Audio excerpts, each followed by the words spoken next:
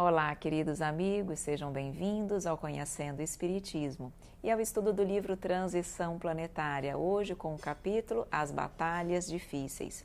Vamos entender como aconteceu o processo de mistificação visto no capítulo anterior, onde foi feito um clone de um espírito trevoso que almejava uma batalha, um afronte à espiritualidade superior. Entender como esse processo aconteceu e como, de uma certa forma, nós podemos nos proteger de situações similares. Vamos também observar neste capítulo várias visitas realizadas pela equipe espiritual em várias instituições da Terra, voltadas para o auxílio e para o amparo ao próximo. Então eu convido você para esse estudo, sempre um aprendizado muito importante para todos nós. Eu espero que você goste e que você continue conosco nesse estudo.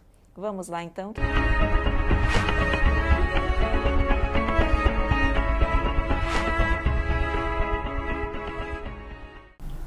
Olá, meus amores, meus queridos amigos, mais uma vez aqui com vocês no estudo do livro Transição Planetária.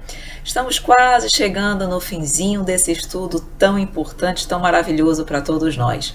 E hoje nós vamos ver o capítulo 21, acerca das batalhas difíceis. Vamos então compreender um pouquinho do que aconteceu no capítulo anterior, quando nós percebemos que foi utilizado um clone do sumo sacerdote para ir ao encontro da equipe espiritual. Então, sobre esse assunto, a espiritualidade vai conversar um pouquinho conosco, além de outros temas tão interessantes.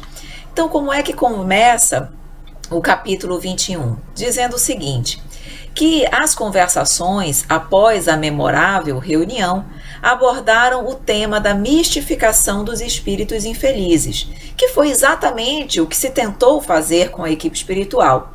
Os trabalhadores na realidade perceberam que eles estavam sendo o quê? Mistificados, enganados, porque aquele que lá estava se fazendo passar pelo Eliashim, o sumo sacerdote, de fato não era. Então era uma mistificação, uma enganação. E aí ele vai dizer como é que isso na realidade aconteceu. E o que nos diz o mentor da equipe? Diz o seguinte: pretendendo criar embaraços, o rabino Eliashim cuidou de produzir por ideoplastia o disfarce do seu asecla, utilizando-se da hipnose e da autofixação mental do paciente, criando a sua imagem e deixando-se amoldar a mesma. O que é ideoplastia? É quando o espírito ele fica com uma ideia única, e aquela ideia é como se fosse um processo hipnótico mesmo, como ele colocou. E naquele processo hipnótico, daquela monoideia, daquela ideia fixa, ele começa, digamos assim, a assimilar as orientações e as sugestões que são passadas através de um processo hipnótico. Como ele diz, autofixação. Então, o próprio rabino Eliashim incutiu num processo hipnótico nesse asecla a ideia que ele queria, que era a ideia de que ele pudesse naquele momento assumir a personalidade e a condição do próprio Eliashim. Então, como o asecla não tinha nem entendimento, muitas vezes, nem conhecimento, ele, mais frágil intelectualmente e com menos conhecimento, se deixou envolver pela sugestão hipnótica, pela ideoplastia trabalhada pelo rabino Eliashim. Então, foi por isso que aquele espírito acabou criando a imagem e se amoldou a personalidade de Eliashim. Ok? Mas foi tudo planejado pelo próprio rabino. Então, com esse recurso, o seu embaixador foi preparado para o cometimento, unindo a arrogância peculiar aos infelizes à hipocrisia, a que se encontra acostumado na furna onde se refugia. Então, com base nisso, ele já tinha a arrogância daqueles próprios espíritos, a hipocrisia, ele foi, claro, preparado, adestrado, digamos assim, pelo próprio rabino, para que ele pudesse se fazer passar pelo sumo sacerdote na reunião com a equipe espiritual. Aí olhem agora qual é a informação que ele vai nos dizer. Demorando-se na incorporação mediúnica, as energias saudáveis do médium contribuíram para a diluição do disfarce. ao tempo em que a irritação de que era tomado restituía-lhe a condição normal de desvairado, vitimado pelo fenômeno da licantropia, a que se adaptou ao longo dos séculos, vejam bem, tornando-se a sua transitória realidade. Então, o que aconteceu aqui que ele nos explica? Ele estava naquele momento conectado ao médium, e as energias saudáveis do médium entravam, digamos assim, em conflito com as energias deletérias e do disfarce utilizadas pelo Rabino Eliashim no seu Asecla. E o contato daquelas energias saudáveis do médium acabavam por diluir o disfarce. Lembrem que ele ficou um tempo suficiente naquela conversação até que houvesse a queda, digamos assim, do seu disfarce, todos começassem a sofrer as influências das energias que estavam sendo emitidas por todos os presentes ali, claro, energias positivas, que foi quando eles se mostraram na condição que eles estavam, muitas vezes de animais, animalizados, no caso da licantropia, apresentando-se como lobos, e aí foi quando eles realmente saíram disparados, ou seja, voltaram para os locais da onde eles vieram. Então, aquele tempo que eles ficaram naquela condição foi o tempo necessário para terem os seus disfarces desmascarados, mas também para eles assimilarem essas energias positivas que fizeram com que houvesse a diluição do disfarce. Então ele diz, olha, ao tempo em que a irritação de que era tomado restituía-lhe a condição normal de desvairado. Por quê? Porque com a irritação, nós já sabemos que a irritação é um desequilíbrio emocional. Então, com aquele desequilíbrio emocional, ele perdia o controle sobre o processo hipnótico, sobre o processo de transformação a que ele estava submetido. Então, é como se ele fosse perdendo o controle sobre si mesmo e deixando-se mostrar a sua verdadeira face, dizer exatamente quem ele era. Então, isso, junto com as energias do médium, e também ele diz aqui, restituir-lhe a condição, então, restituir-lhe a condição normal de desvairado, vitimado pelo fenômeno da licantropia, que se adaptou ao longo dos séculos. Então, vejam bem, a condição que ele se encontrava, na verdade, era no estado de quê? De licantropia, ou seja, na condição mental e física de um lobo. Então, como ele estava adaptado a essa condição há séculos, ele retornou à condição de licantropia e não à condição de um ser humano normal, como ele é. Por quê? Porque a condição mental, digamos assim, a adaptação dele ao longo de tantos séculos foi na condição de licantropia, na condição de lobo. Então, ele saiu da condição de clone do Eliashim e voltou para a sua condição. Claro que lá na frente, quando ele despertar, quando ele resolver, digamos assim, quando acabar esse caminho ao lado das trevas, que ele puder verdadeiramente buscar a luz e o evangelho, ele vai sofrer um outro processo hipnótico, mas aí já positivo, para que ele possa voltar à sua condição de ser humano, que é o que ele é. Ele não é um lobo, ele é um ser humano que se encontra naquela condição por conta das fixações mentais recebidas e também incutidas nele durante tanto tempo. Ok? Mas aquelas energias saudáveis emitidas por todos que lá estavam presentes e também a condição que ele estava de irritabilidade já foram suficientes para desmascarar essa primeira transformação aí, essa segunda transformação na realidade que lhe foi incutida, ok?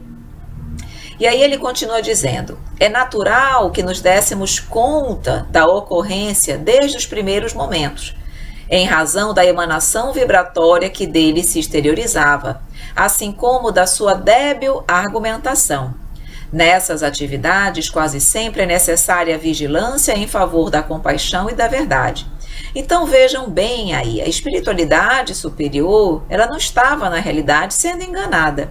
Desde o início ela já estava ciente, consciente do processo de mistificação que estava sendo realizado. Mas ela permitiu que aquilo ali continuasse, conversando, orientando, porque ela sabia que naturalmente as coisas iriam acontecer com o desfecho que aconteceu. E eles disseram que isso foi possível, eles saberem identificarem, por duas, digamos assim, razões importantes, que era a emanação vibratória que dele se exteriorizava. Então, a emanação vibratória, na realidade, ela externa, ela demonstra exatamente quem nós somos. Então, por mais que você possa adotar a forma que você quiser, uma forma diferenciada, objetivando enganar a quem quer que seja, as tuas vibrações você não consegue modificar. As tuas vibrações você não consegue mistificar e alterar. As tuas vibrações, elas vão demonstrar, elas vão realmente mostrar a pessoa que você é. E a espiritualidade superior, obviamente, evoluída, sabia perceber e sabe perceber a emanação vibratória de cada um de nós. Nós podemos não conseguir saber identificar isso ainda pela nossa pequenez espiritual, mas a espiritualidade superior sabe. Então ela conseguiu perceber que a emanação vibratória daquele coração não era do verdadeiro Eliashim, e sim de uma secla, de um clone que estava se fazendo passar por ele. Além disso, ele coloca a débil argumentação, ou seja, eles sabiam que a argumentação daquele coração, ela não era, digamos assim, uma argumentação frágil, uma argumentação que não correspondia à intelectualidade e à inteligência do verdadeiro Eliashim. Então isso também mostrou que aquilo ali, na realidade, era um processo de mistificação. Então, isso também é uma coisa importante que nós devemos prestar atenção. A questão da linguagem dos espíritos. Determinados espíritos têm uma linguagem que já nos é conhecida. E quando algum outro espírito coloca-se ou se denomina ser a pessoa que nós imaginamos, mas a linguagem é diferente, o modo de falar, a argumentação é diferenciada, fiquemos alerta, porque isso é um indicativo de que provavelmente aquela pessoa não é quem ela diz ser. Ok? Então isso é uma das orientações do próprio livro dos médiuns para nos orientar na identificação dos espíritos. Quando nós vamos conversar e estudar sobre a identidade dos espíritos, eles nos dizem, precisamos prestar atenção na linguagem, na argumentação que o espírito coloca. E isso é um indicativo muito grande a ajudar os médiuns e as pessoas a não serem mistificadas, que foi exatamente a orientação também trazida aqui pelo mentor espiritual da equipe. Aí ele continua: nunca deveremos olvidar, esquecer que os mensageiros do mal e aqueles que mal se comportam, que para eles tudo é válido desde que corresponda aos anseios dos seus objetivos. É dizer, eles não têm escrúpulos. O que eles tiverem que fazer para alcançar os seus objetivos, eles farão. Por isso que a equipe, todos nós que na realidade lidamos de alguma forma com o plano espiritual, precisamos ficar atentos a isso, para que nós não sejamos mistificados a ponto de acreditar em tudo que vem da espiritualidade. Precisamos saber a procedência daquela informação, se são de espíritos confiáveis ou não. Considerando-se a robustez do império de sombras e de desaires, não nos será fácil e prudente, por enquanto, uma incursão ao seu reduto. Foi questionado se seria o caso deles, da equipe, irem até o reduto do Eliashim, considerando que ele não veio, na realidade, pessoalmente ao encontro. E aí eles dizem que não, que na realidade, considerando o império das sombras que lá existe, na realidade é toda uma cidade, todo um estado, digamos assim, direcionado e voltado para o mal, precisam agir com prudência, com cautela, porque um encontro dessa magnitude precisa ser muito bem planejado para que não haja prejuízo, digamos assim, ao trabalho. Olha o que ele vai nos dizer também aqui. Trata-se, sem dúvida, de um verdadeiro Estado com todos os mecanismos de sustentação da sua política de ódio, com organização administrativa numa comunidade constituída por centenas de milhares de desditosos, alguns ali refugiados por vontade própria, outros arrebatados compulsoriamente. Mostrando então que ali havia uma verdadeira organização grande e complexa voltada para o mal, mostrando que tudo então tem que ser na realidade feito com muita prudência para que o objetivo seja de fato alcançado e não haja prejuízos maiores ao trabalho da equipe espiritual. Por isso ele diz, deveremos aguardar o transcorrer dos dias, para que nós possamos ver como é que as coisas vão caminhar e a partir daí possamos tomar providências. E ele nos traz uma informação interessantíssima. Ele nos diz que em função daquilo que aconteceu, desse encontro onde eles foram desmascarados, ele diz que os irmãos, ainda voltados para o mal, irão recrudescer as agressões aos servidores do Mestre, intensificar o cerco para realmente destruir todos aqueles que seguem o trabalho de Jesus, que procuram levar o Evangelho ao mundo.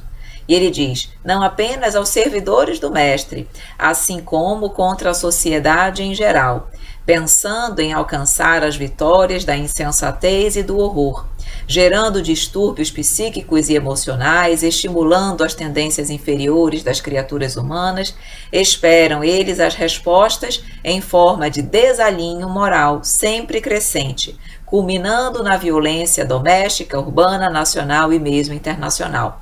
Então ele diz, em função do que aconteceu, eles iriam ampliar as agressões, as perseguições aos servidores do Mestre e à sociedade em geral, trazendo desequilíbrio, distúrbios psíquicos, emocionais, estimulando a violência, tanto na área urbana como nacionalmente, ou seja, no Brasil, como internacionalmente. Então vejam o prejuízo que eles podem causar à humanidade. Mais uma razão para que a equipe espiritual, para que os trabalhadores do Cristo planejem de uma forma muito cuidadosa e organizada a forma como eles vão agir para com o Rabino e para com essa sociedade, esse estado aí voltado para o trabalho no mal. Porque ele vem justamente dizendo, o nosso objetivo é diminuir os efeitos de tão rude comportamento no organismo social e não piorar o processo, libertando das malhas obsessivas aqueles que nelas tombaram por insensatez e leviandade, diminuindo dessa maneira os males que têm lugar na sociedade contemporânea. Então, o objetivo dos trabalhadores do Cristo é justamente diminuir os efeitos perniciosos desse trabalho voltado para o mal. Então, eles têm muito trabalho, porque ao mesmo tempo que eles precisam amparar a sociedade que ainda trabalha e caminha, como ele diz aqui, tombaram na insensatez e na leviandade, eles precisam trabalhar também para desconstituir essas organizações trevosas, essas organizações do mal, mostrando o trabalho incessante, gigantesco, que a espiritualidade amiga realiza para o progresso da humanidade. Por isso que nós precisamos ser gratos, porque eles trabalham incessantemente por nós. E ele diz, a solução final está nas mãos do comandante da barca terrestre, nosso mestre e senhor, certamente, porque tudo acontece com a permissão do Pai. E na realidade, a Terra, ela tem que evoluir, ela tem que passar para um mundo de regeneração, e ela vai passar. E o mestre querido, certamente, tem tudo muito bem organizado e sabe no fundo do seu coração que essa transição, esse processo de depuração vai acontecer. Claro que ele gostaria que o maior número de pessoas, de espíritos aqui da nossa Terra pudessem adquirir condições de permanecer no mundo de regeneração, porque ele não quer ver seus filhos, seus irmãos serem exilados para países, para mundos, na realidade, menos evoluídos. Ele quer que aqui todos nós permaneçamos para crescer, para evoluir, e é por isso que ele nos dá tantas oportunidades. Mas nós, muitas vezes, pelas nossas escolhas equivocadas, optamos pelo caminho do erro, pelo caminho realmente das sombras. Nossas escolhas, nosso livre-arbítrio. Mas que o Mestre faz tudo o que está ao seu alcance para que nós despertemos para o bem, isso ele faz. Não temos como negar essa verdade.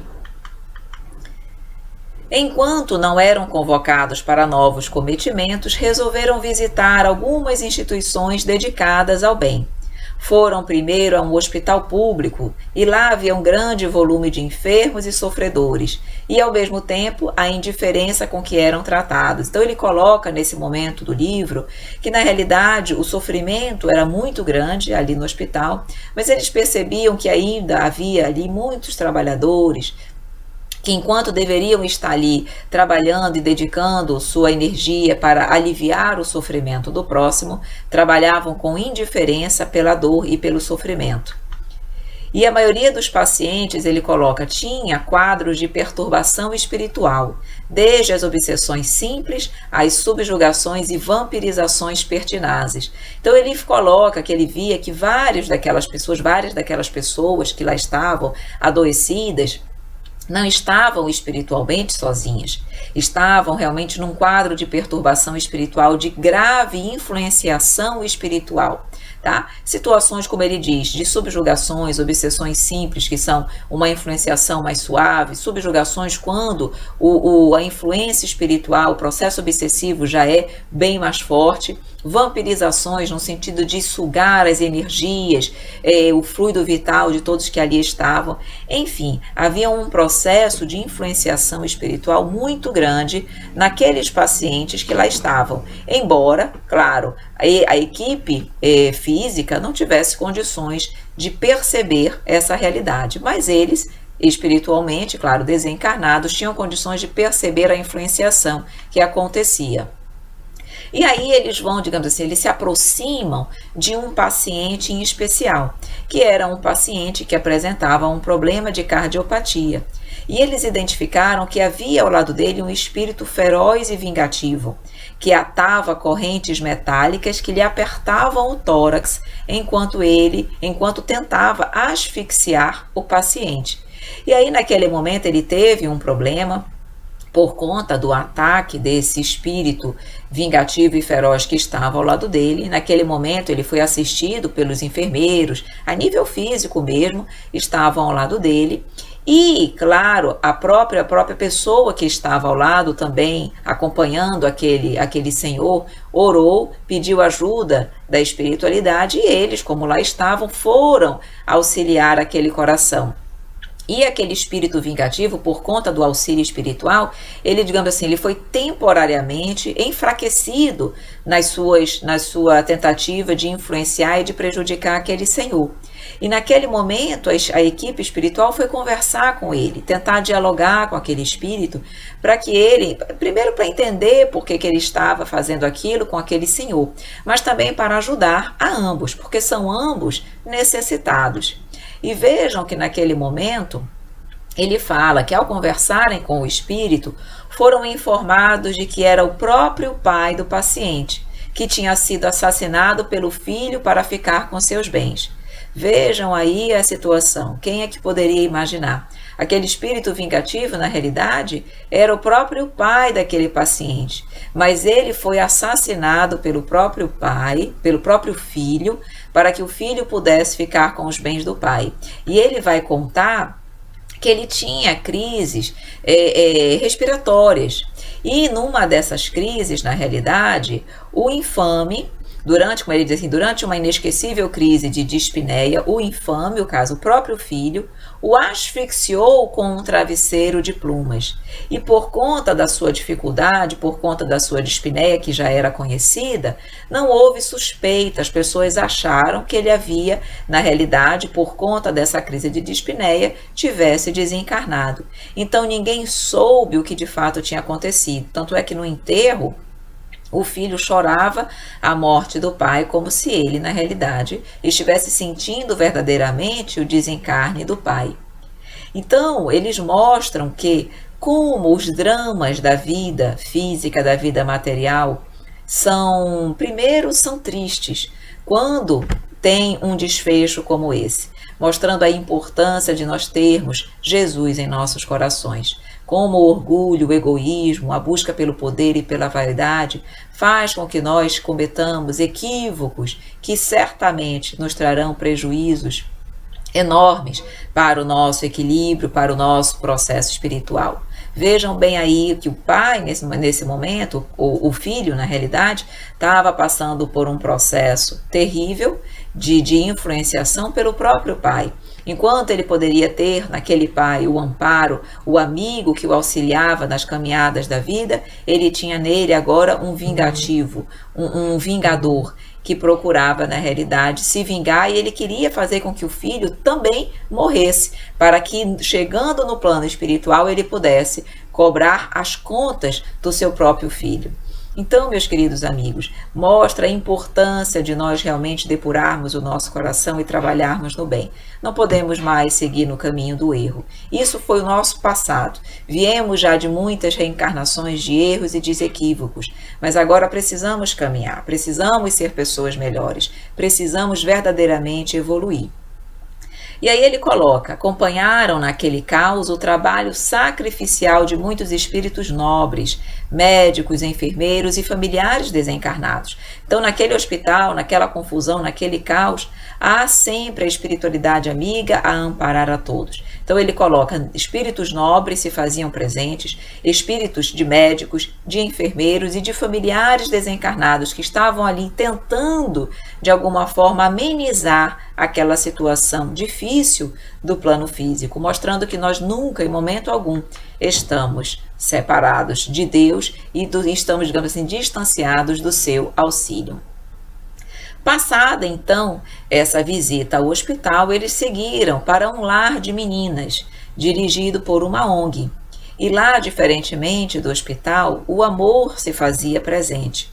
Constataram que o primeiro passo para a vitória do bem é a transformação moral da criatura humana para melhor, superando as más inclinações e adotando os comportamentos saudáveis. Então, quando eles perceberam que naquele lar daquelas meninas, o amor ali estava presente, ele mostra, ele visita os ambientes, vê que tudo na realidade é comandado com muito amor, com muito cuidado e consideração e respeito pelo próximo, que é exatamente o que todos nós precisamos fazer. Então ele observa que para a vitória do bem é necessária que a criatura se modifique para melhor, e para isso precisa trabalhar e superar as suas más tendências, para realmente ter comportamentos saudáveis conforme aquilo que o Pai espera de todos nós. E aí ele completa: a grande e grave batalha sempre se há de travar nas paisagens íntimas de cada qual, a fim de que se lhe opere a instalação do amor e da verdade nos sentimentos. Os verdadeiros adversários não são os outros, mas nós mesmos. Nós, na verdade, só precisamos vencer a nossa pequenez espiritual, as nossas tendências inferiores, porque o outro, no momento certo, ele vai evoluir. Mas para que eu possa verdadeiramente crescer, eu é que preciso trabalhar o meu íntimo, superar as minhas tendências, os meus vícios e crescer para Deus. Então, meus queridos amigos, a batalha nunca é com o outro e é sempre conosco.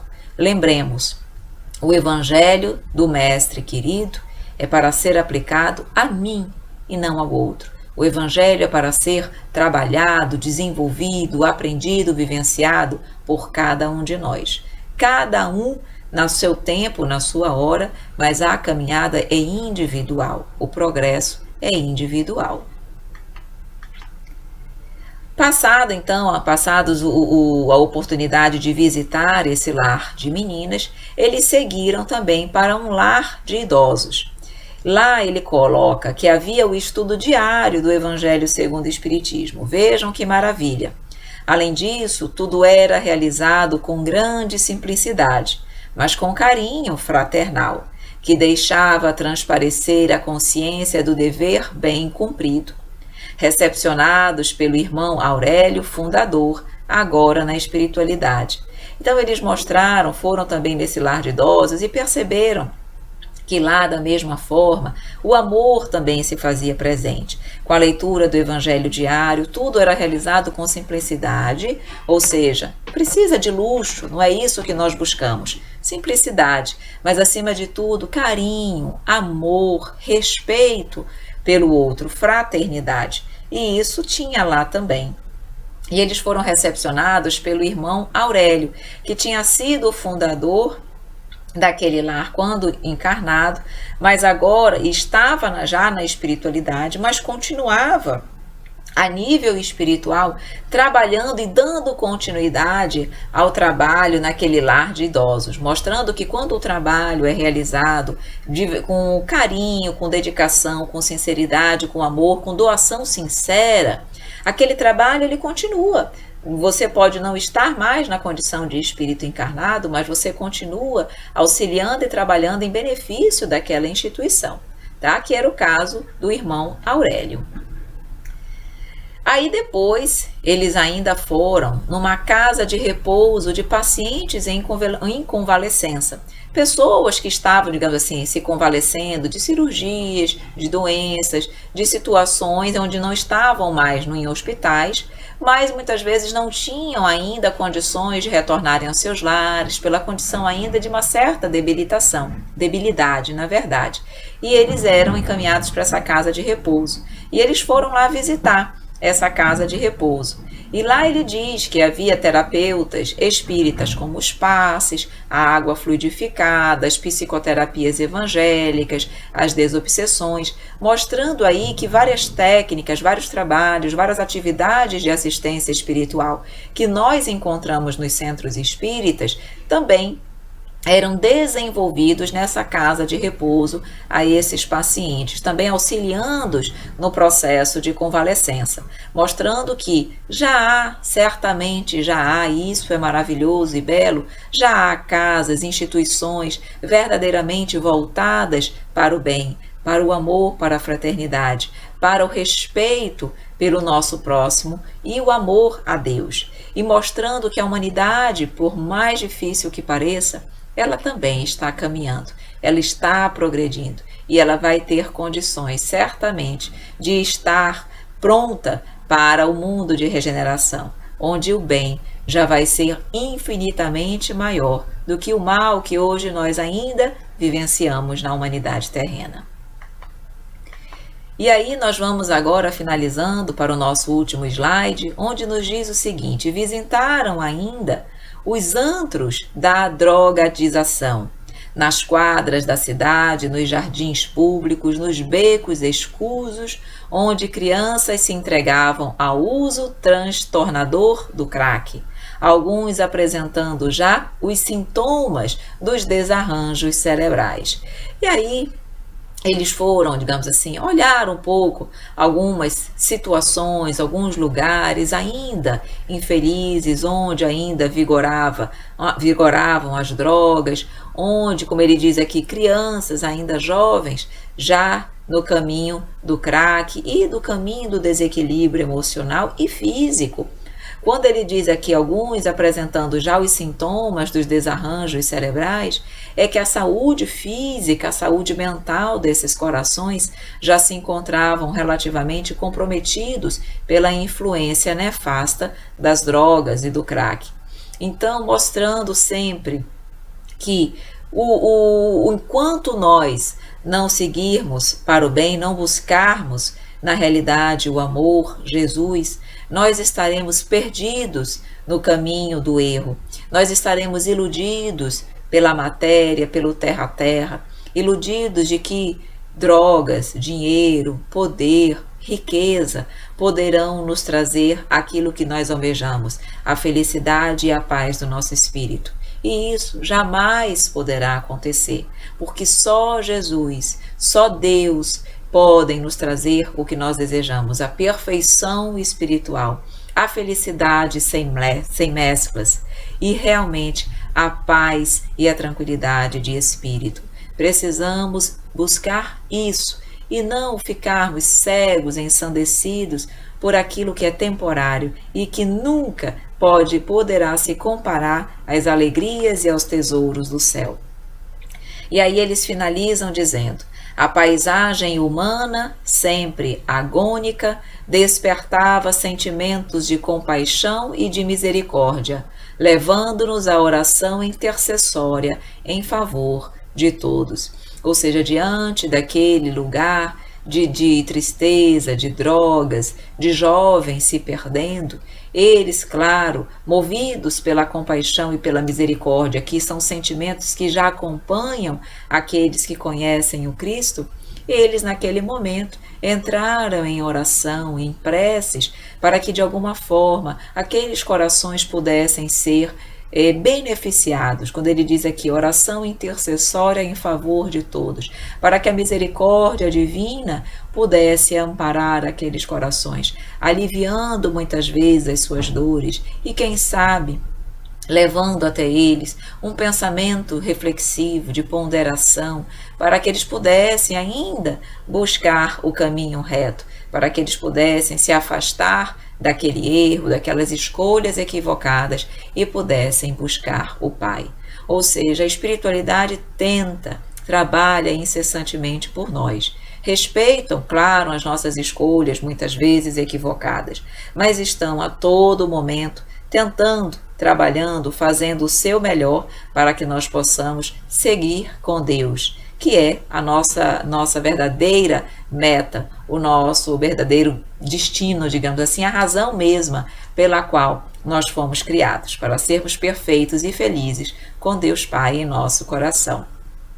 Ok, meus queridos amigos, nós vamos finalizando por hoje o nosso estudo, esse capítulo intitulado As Batalhas Difíceis. Realmente são batalhas difíceis em nossas vidas, mas lembremos, com Deus, com Jesus, toda e qualquer batalha se torna mais leve, mais tranquila, mais serena e sairemos e seremos certamente vitoriosos de qualquer uma delas.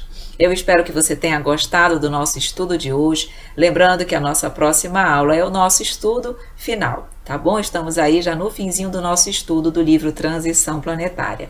Eu agradeço a sua presença, o seu carinho e até a próxima! Meus queridos amigos, estamos então finalizando o nosso estudo de hoje. Espero que você tenha gostado. Um aprendizado tão lindo e sempre um alerta para todos nós, para que nós possamos o quanto antes trabalhar a nossa reforma íntima, a nossa mudança, para que possamos verdadeiramente ficarmos na Terra, nesse mundo de regeneração que se avizinha, que está aí tão próximo de todos nós. Então eu agradeço a sua presença, espero que você tenha gostado e que você fique também, como eu, ansioso, ansiosa para o nosso próximo estudo, para o estudo do último capítulo do livro Transição Planetária. Então um grande beijo a todos vocês e até a próxima, queridos amigos!